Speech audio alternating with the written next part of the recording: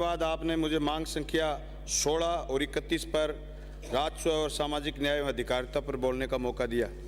मैं सबसे पहले राजस्व से जुड़ी हुई कुछ बातें आपके बीच रखना चाहूँगा। सभापति महोदय, मेरा विधानसभा क्षेत्र भादरा करीब 125 किलोमीटर दूर जिला हेडक्वार्टर से, इसलिए हम चाहते हैं राजस्व अपील अधिकारी की कैंप कोर्ट मेरे भादरा में हो। रामगढ़ जो उप तहसील है उसको तहसील बनाया जाए। करणपुरा, छानीबड़ी और रामगढ़ तीन बड़े बड़े गाँव हैं जिनमें दो पटवार मंडल हो। रिफिटिंग का मसला है, आज भी हमारे 24 चेक ऐसे हैं जिसमें जैसे पहले माननीय सदस्य बता रहे थे, कब्जा कास्ट में कोई बैठा है और उसकी ज़मीन खातेदारी कहीं बोल रही है। उन 24 चेकों की रिफिटिंग का मसला जो पिछले 40 साल से चल रहा है उसका रिफिटिंग करा जाए। अभी हमारे चकबंदी का मसला है, विधानसभा में प्रश्न भी लगा, लेकिन चकबंदी अभी तक नहीं हुई। ये 2017 में बेबकोस कंपनी को ठेका दिया गया। बेबकोस कंपनी ने अभी तक फाइनल लेखन नहीं करा, लेकिन उसका 90% भुगतान हो गया। इस विषय की भी जांच करें, लेकिन इसकी जांच से ज़्यादा जरूरी हमारे लिए चकबंदी का काम कंप्लीट हो।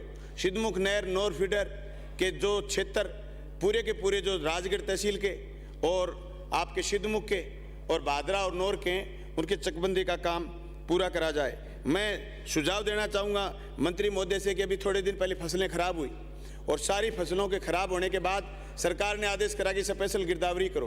पटवारी इस आलस में गिरदावरी सही नहीं करते कि उनको अगर 33% नुकसान दिखा दिया तो मुआवजा देना पड़ेगा। मुआवजे की कार्रवाई में जब खाते सूक्त पड़े तब जब उनका हो जाएगा ऑर्डर मुआवजे का, तो फिर बंटवाएंगे कैसे? 6 महीने की माथाफोड़ी के डर से वो नुकसान फसलों में 20%, 25%, 30% से फालतू लिखते नहीं, उसका दोहरा नुकसान होता है। बीमा कंपनी आजकल अड़ने लगी इस बात पर कि साहब क्रॉप कटिंग तो मानते नहीं, देखो आपके राजस्व विभाग ने भी नुकसान नहीं दिखा रखा। इसलिए मैं मंत्री महोदय से कहना चाहूँगा कि पटवारियों को पाबंद करो। तहसीलें आपकी ऑनलाइन हो रही हैं, नुकसान भी ऑनलाइन करके छोड़ दीजिए। आप मुआवजा दोगे तो ऑनलाइन अवार्ड कर दीजिए, आप अपने आप अगला अपना मुआवजा उठाएगा।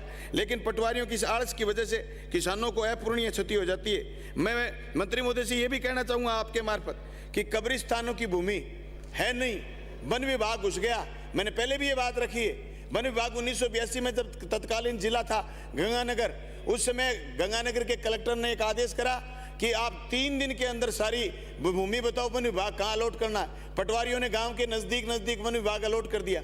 आज 1982 से लेकर के आज 40 साल बाद ये स्थिति आ गई, नहीं तो कब्रिस्तान की जगह है और न ही कोई शमशान भूमि की जगह बची। सरकारी ऑफिस कहाँ बनाएं? इसलिए राजस्व विभाग और वन विभाग दोनों संयुक्त बैठ करके लोगों की इस समस्या का समाधान करें। ये तो इतनी लंबी लंबी सूढ़ वाली किक्कर है, वो गाँव के पास आ गई और लोग बसे भी कहाँ? सभापति महोदय, लोगों की कब्रिस्तान भी कहाँ बने? मेरे रामगढ़ बड़ा गाँव है, कब्रिस्तान की दिक्कत है। डाबड़ी में कब्रिस्तान की दिक्कत है, मुंसरी गाँव में कब्रिस्तान की दिक्कत है। लोगों की आखिरी से आखिरी बात वो चीज़ भी हम पूरी नहीं कर पाते। इसलिए मेरा आपसे निवेदन है कि आप राजस्व विभाग और वन विभाग दोनों बैठ करके हमें कम से कम जगह तो दिलवाएं। ये जगह भी तो कोई दिलवाएगा, ये मैं आपसे निवेदन करना चाह रहा था। सभापति महोदय, मैं चाहता हूं कि मैं अभी बात करूं सामाजिक न्याय और अधिकारिता विभाग की। मैं एक बात आपके बीच ये कहना चाह रहा था कि जब आदमी पैदा होता तो उसके कोई जाति नहीं होती, जाति पर समाज के बंधनों से, जमीन के रिश्तों से बनी। मैं बात करूं गंगानगर हनुमानगढ़ की, तो आप हनुमानगढ़ कलेक्टर भी रहे, आपने देखा होगा जहां पानी आ गया, जहां सिंचाई पानी आ गया, वहां जातिवाद ऑटोमेटिक खत्म हो गया। बटाईदार का और जमींदार का रिलेशन इतना जोरदार है कि उसके बीच में न तो छुआछूत है और न ही कोई जातीय भेदभाव है। ऐसी स्थिति वहां बची नहीं। लेकिन राजस्थान में ऐसे भी हिस्से आज भी हैं। आज भी जिक्र चलता है कि सरदार शहर में किसी ने घोड़ी पर नहीं चढ़ने दिया। आज भी बात करते हैं, पाली के उस गाँव में गया था मैं जहाँ जितेंद्र मेघवाल का कत्ल हुआ। 250 घर ऐसे थे जो भूमिहीन है। पाली जिले में बहुत सारी जमीनें ऐसी पड़ी हैं जो जमीन आज भी सिवाय चक पड़ी हैं। उस भूमिहीन किसान वो किसी जाति का हो, उसके लिए सबसे बड़ा दंश है। वो आज भी उस गांव में पीड़ित इस बात से कि जिसकी बटाई पर जमीन करते हैं वो जमीन का मालिक उनके पास साथ दादागिरी करता है। ये मैं देख के आया हूँ मेरी आंख से, और मैंने वहाँ के कलेक्टर को भी चिट्ठी लिखी, माननीय मुख्यमंत्री को भी चिट्ठी लिखी कि आपके पास हजारों लाखों हेक्टेयर जमीन पड़ी है, आप उन गरीबों में जमीन बांटिए। रिश्ते जाति जाति से जमीन से बने हुए हैं, इसलिए हम चाहते हैं कि ये भेदभाव, जातीय भेदभाव खत्म करना है। तो हम आए बार भाषण दे दें और मंत्री जी शाम को जवाब दे दें। अब 1 साल बाद ही चर्चा होगी। सभापति महोदय, इस बात के लिए रोड मैप तुम्हारे पास हो। दूसरे दिन चले साहब जालोर में फिर घटना होगी साहब, मटकी की बात को लेकर के बच्चे को पीट दिया गया। अब लोगों ने कहा साहब मटकी का कांड नहीं हुआ, चलो छोड़ो आपकी बात सही है, मटकी कांड नहीं हुआ, लेकिन आप बताइए गोंडवाड़ में, आप सिरोही में जाइए, आप जाइए पाली में, आप जाइए जोधपुर के उस क्षेत्र में जहां आज भी मिड डे मील में आपको कोई एससी की महिला भोजन बनाने वाली नहीं मिलेगी। सभापति महोदय, आपको मटकी की कहां प्रमाण की जरूरत है? आज भी स्कूलों में बैठ के अलग अलग हैं, आज भी टीचरों की अलग अलग टूंटियां लगी हुई हैं। आप एक स्कूल में उस गांव की बात मत करिए, आप पूरे क्षेत्र में घूम के आइए। मैं सन 2001 में जोधपुर के गांव में गया था, जब एसएफआई का प्रशिक्षण शिविर था। इतना भयंकर जातिवाद था वो। आज भी 2023 में अगर ये स्थिति कायम है तो इससे बुरी बात कुछ नहीं हो सकती।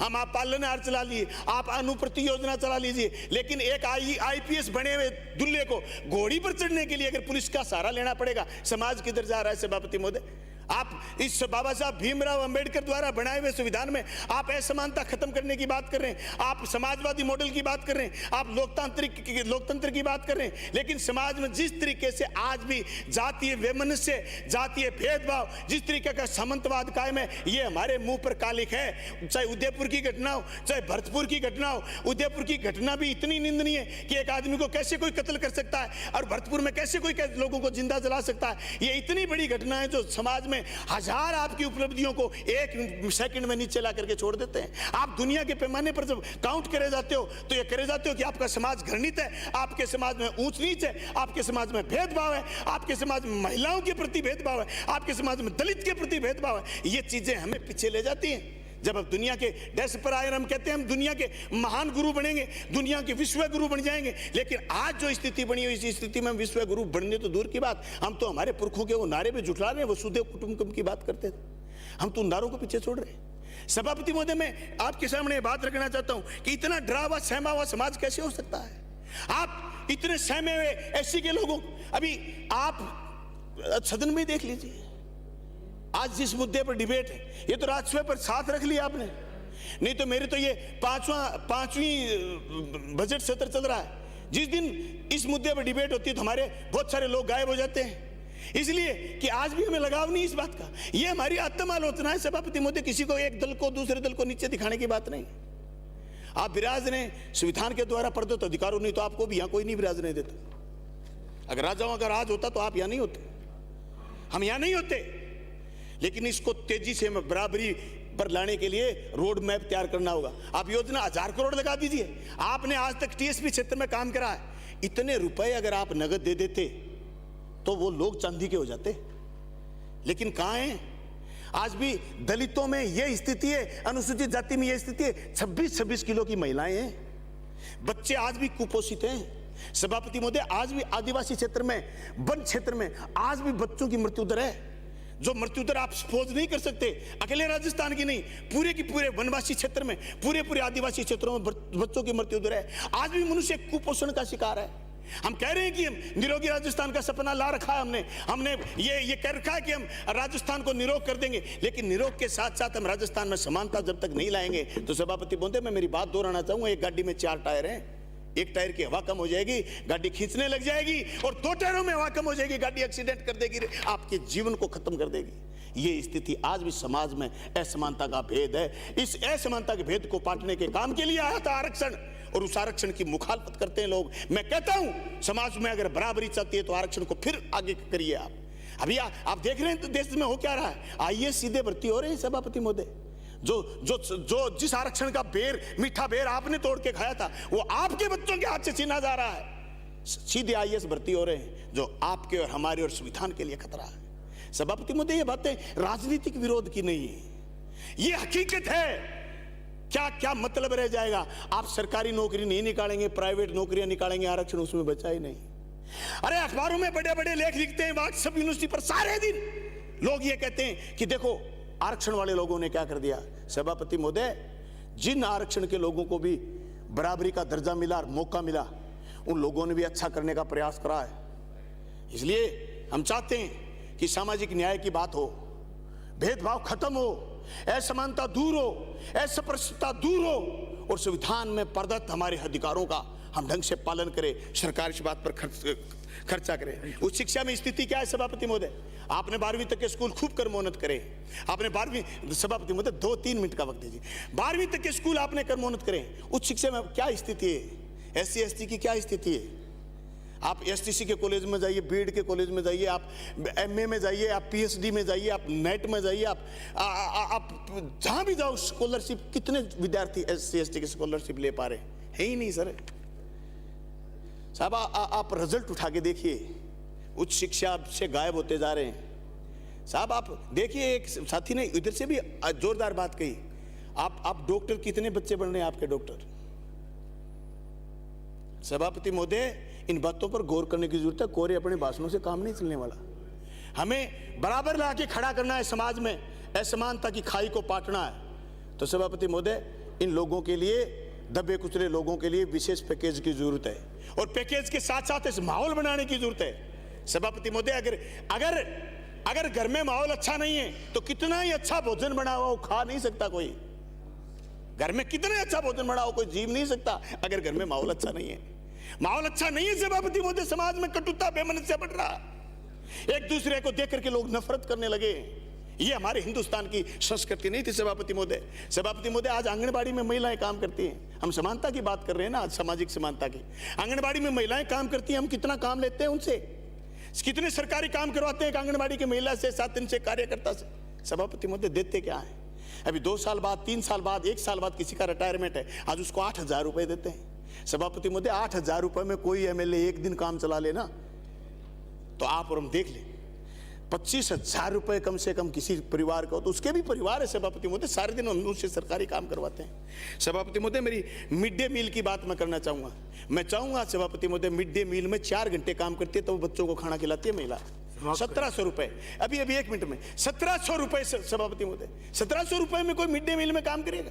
इस बात के लिए कि तू 150 बच्चों का भोजन बनाएगी, तेरा पेट भर लेना, और तू 1700 रुपए में कोई काम हो सकता है? मैं मंत्री जी से कहना चाहूंगा कि आप मिड डे मील पर तो घोषणा करिए। आप पूरे राजस्थान में मिड डे, अरे मैं कल जो शिक्षा पर बोल रहा था, बता रहा, मिड डे मील इतनी बड़ी योजना है।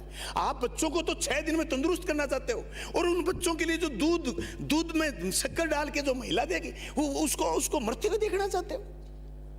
सभापति महोदय, ये हमारी बातें जो हम आपके बीच में करना चाहते हैं। मुख्यमंत्री निःशुल्क चिरंजीवी योजना गरीब की चिंता मिटाने का काम तो करा है, इसमें कोई दो राय नहीं। सभापति महोदय, कोई गरीब को आज इस बात की चिंता नहीं है कि तू बीमार हो गया, तेरा इलाज कैसे होगा, लेकिन बीमार को ठीक करने के बाद फिर हम चाहते हैं वो हमारे बराबर आके खड़ा हो।